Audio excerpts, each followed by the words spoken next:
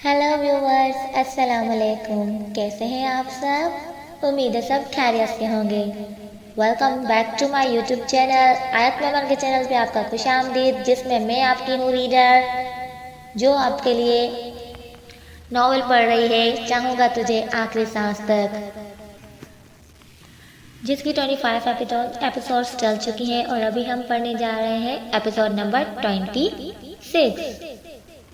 उम्मीद है 25 एपिसोड तक का सफ़र आपको बहुत ही इंटरेस्टिंग और मज़ेदार लगा होगा और आगे भी आपको वैसा ही मज़ा आएगा। पर उसके लिए आपको कमेंट सेशन में कमेंट्स करने पड़ेंगे और मेरी हौसला अफजाई करनी पड़ेगी ताकि मैं नेक्स्ट एपिसोड्स भी जल्दी जल्दी अपलोड करती जाऊँ। तो बिना वक्त ज़ाया किए आइए चलते हैं नेक्स्ट एपिसोड की तरफ, चाहूँगा तुझे आखिरी सांस तक। हिबा ने अपनी चाची की बहुत मिन्नतें की, माफ़ी भी मांगी कि वो उसके साथ ऐसा न करें, उसे चंद पैसों की खातिर ऐसे किसी को न दें, लेकिन उसने किसी की नहीं सुनी और मार कर उसे चुप करवा लिया। 2 दिन गुजरे तो चाची का भाई 3 लोगों को लिए उनके घर आया। हिबा तो डर के कमरे से बाहर ही नहीं निकली। वो सब चाची के कमरे में बैठे थे।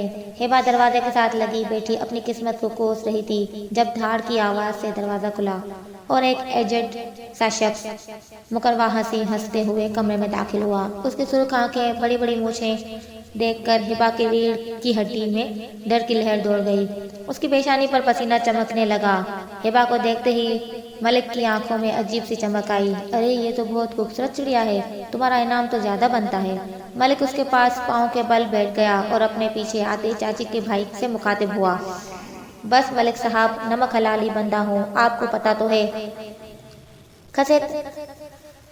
खसियानी हंसी हंसते हुए उसने कहा, बेशक हम उस बात से इनकारी तो नहीं हैं। वो हिबा के चेहरे पर गुलेज नजरें गाड़ते हुए कहने लगा। मलिक ने हिबा के चेहरे पर आए बाल पीछे करने चाहे तो हिबा उसका हाथ झटक कर पीछे हो गई और आंखें जोर से मींच ली। मलिक ने गुस्से से मुट्ठियां भींच ली। चाची का भाई आगे बढ़ा तो मलिक ने हाथ के इशारे से उसे रोक दिया। खैर है भाई, कल से उसे हमारी दस्तरस में ही आना है, बस जल्दी से इंतजाम करो तुम। कहते हुए वो उठा और चाची के भाई को लेकर बाहर निकल गया। हिबा अपनी बेबसी पर रोने लगी। उसके पास इज्जत की सिर्फ आज की रात थी, कल वो उन गंदे हाथों में चली जाएगी। नहीं नहीं, मैं इसे खुद को उन लोगों के हवाले नहीं कर सकती, मुझे अब खुद अपनी हिफाजत करनी है। उसने अपने आंसू साफ किए और कुछ सोचते हुए उठकर अपने कपड़े बांधने लगी।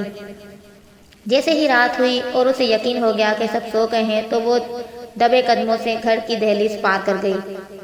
उसे कुछ मालूम नहीं था कि किस्मत उसे कहाँ ले जाएगी, लेकिन वो अपनी इज्जत बचाने के लिए अल्लाह का नाम लेकर घर से निकली और अंधाधुंध भागने लगी।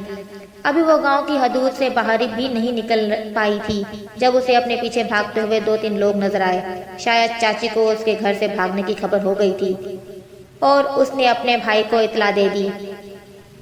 चौका मलिक और उसके लोग उसी के घर ही रुके थे तो उन्हें भी उठाया और हिबा की तलाश में निकल गए। मलिक आग बगौला हुआ इधर उधर घूम रहा था। उसे पैसों की परवाह नहीं थी और वो उससे वापस निकलवा सकता था। उसका हिबा पर दिल आ गया था और वो उसे हासिल करना चाहता था। हिबा भागते हुए शहर की हदूद में दाखिल हो गई थी। रोड से वो बआसानी उसे पकड़ सकते थे, इसलिए वो भागकर जंगल में दाखिल हो गई। वहां से ताशफीन को वो मिली और उसे घर ले आया और एक इज्जतदार जिंदगी दी। हिबा काफी देर बैठी रूम में बैठ रही थी। उसे नीचे से ताशफीन की गुस्से भरी आवाजें आ रही थी तो वो भी रूम से निकलकर नीचे आ गई। वो लाउंज में आई तो उसने देखा असद जमीन पर गिरा हुआ था और ताशफीन उसे लगातार घूंसे मार रहा था। फिर उसने अपना सेल निकालकर ताशफीन को दिखाया तो हिबा के पाँव के नीचे से जमीन निकल गई। उसने जख्मी नजरों से अलीजा को देखा जिसके चेहरे पर अब थोड़ा सुकून आया था। अलीजा ने दिल ही दिल में उसे दाद दी। ताशफीन ने उसके हाथ से सेल दिया और बगैर तस्वीरें देखे कॉन्टैक्ट लिस्ट खोली और उसके पापा के नाम से सेव नंबर पर कॉल की। 2-3 बेल्स के बाद कॉल पिक कर ली गई। उसे सेल कान से लगाए देखकर अलीजा और असद ने नासमझी से एक दूसरे को देखा। हिबा की डर से टांगे कांप रही थी और उसने दीवार का सहारा लिया हुआ था, वरना अब तक जमीन बोस हो चुकी थी। मैं ताशफीन बात कर रहा हूँ, आप जानते होंगे आपका बेगैरत बेटा मेरे बेइज्जत करने के बाद भी मुंह उठाकर मेरे घर आया था और मेरे घर की इज्जत पर हाथ डाल रहा था, तो मैंने उसे अच्छी तरह सबक सिखाकर घर के बाहर फेंकवा दिया है। अब अगर दोबारा उसने ऐसी हरकत की तो जेल की सलाखों के पीछे जाएगा। Mind it. हेलो की आवाज़ सुनते ही ताशफीन ने ठंडे लहजे में उन्हें अच्छी तरह से बावर करवाया और उसका सेल जोर से सामने दीवार पर मारा तो अलीजा भागकर रूम में चली गई। ताशफीन गुस्से में उसे कॉलर से पकड़कर घसीटते हुए गेट से बाहर निकलकर ले गया। ताशफीन वापस अंदर आया तो हिबा अभी भी वहीं बुत बनी खड़ी थी। ताशफीन ने उसे देखते हुए चेहरे पर मुस्कुराहट सजाई और चलता हुआ उसके पास आया। हिबा मेरी जान, मैंने कहा था ना कि रेस्ट करो, नीचे क्यों आ गई? ताशफीन ने उसका चेहरा थोड़ी से पकड़कर ऊपर उठाया और नरमी से पूछने लगा, वो आपकी आवाज़ सुनकर मैं आई फीन जी। हिबा ने खूबसूरत नजरों से उसे देखते हुए कहा, ओ तो मेरी डोल अपने फीन जी की आवाज़ सुनकर खींची चली आई, खैर तो है ना? ताशफीन ने उसे डरते हुए देखा तो बात बदलते हुए शौक हुआ। फीन जी, मुझे आपके गुस्से से बहुत डर लगता है। हिबा उसकी शौकी को नज़रअंदाज करती हुई उसके सीने से लग गई। क्यों मेरी जान, मैंने तुम पर कभी गुस्सा किया? उसने हिबा के गिर्द अपने बाजू का हिसार बांधते हुए पूछा। नहीं फीन जी, फिर भी मुझे डर लगता है, लेकिन आप बहुत अच्छे हैं, मुझ पर गुस्सा नहीं करते। हिबा उसकी शर्ट के बटन के साथ खेलते हुए कहने लगी, इतना अच्छा हूँ तो फिर रिदा को पुप्पो बनाने के बारे में सोचो ना। उसने हिबा को नरमी से अलग किया तो उसके चेहरे पर छाई हया को रंगों को देखने लगा। मुझे भूख लगी है फीन जी, उसने ताशफीन की लब देती नजरों से बचने के लिए बहाना बनाया। मुझे भी भूख लगी है, उसने हिबा के कमर में हाथ डालकर उसे पास किया और उसकी झुकी नजरों से देखने हुए कहा, तो चले ना, मैंने खाना बनाया है, खाएं। उसने नजर उठाकर उसे देखते हुए कहा तो उसकी मोहब्बत लुटाती नजरों की ताप न लाते हुए वापस नजरें झुका ली। मुझे खाने की नहीं, उनकी भूख लगी है, उसने हिबा के होठों पर उंगली रखते हुए कहा। ना नहीं फीन जी, ये हमारा कमरा नहीं है, कोई आ जाएगा। ताशफीन की इसकी कमर पर गिरफ्त ढीली थी, वो भुदक कर उससे दूर हुई। तो क्या कमरे में भूख मिटाने की इजाजत है? उसने हिबा की तरफ कदम बढ़ाते हुए पूछा तो हिबा भागकर किचन में चली गई। पीछे ताशफीन का फल्क शगाफा खेका गूंजा। रिदा ने हमजा के लिए यखनी बनाई और उसके रूम में ही लेकर आ गई। हमजा उठे, यखनी बनाई है, पिए। रिदा रूम में दाखिल हुई तो वो आंखें मूंदे लेटा था। रिदा क्या हो गया है? पागल, मैं ठीक हूँ, बुखार में यखनी कौन पीता है? अब तुमने तो मुझे अस्पताल वाला खाना खिलाना शुरू कर दिया है, हमजा ने उठकर बैठते हुए कहा और उसके हाथ से बाउल ले लिया। किधर ठीक है, जब मैं आई थी तो बेहोश पड़े थे आप। मैं भी ऐसे ही आ गई थी, वरना भाई ने बताया था कि अलीजा आपके पास है, तो मेरा आने का कोई इरादा नहीं था। कहते हुए वो वहाँ रखे सोफे पर जाके बैठ गई और रिमोट उठाकर कोई टीवी ऑन कर दिया। अच्छा किया। अलीजा का नाम सुनकर उसका मूड खराब हो गया था, उसके चेहरे के तासरात सख्त हो गए थे।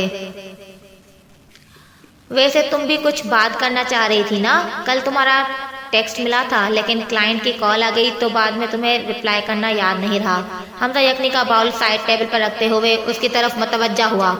वो बात तो बहुत ज़रूरी थी, लेकिन आप ठीक हो जाएं पहले, फिर कभी डिस्कस कर लेंगे। उसने चैनल बदलते हुए कहा। मैं ठीक हूँ, तुम बताओ। हमजा ने कंफर्टर हटाया और आकर सोफे पर ही बैठ गया। उसकी तबीयत अब काफ़ी बेहतर थी।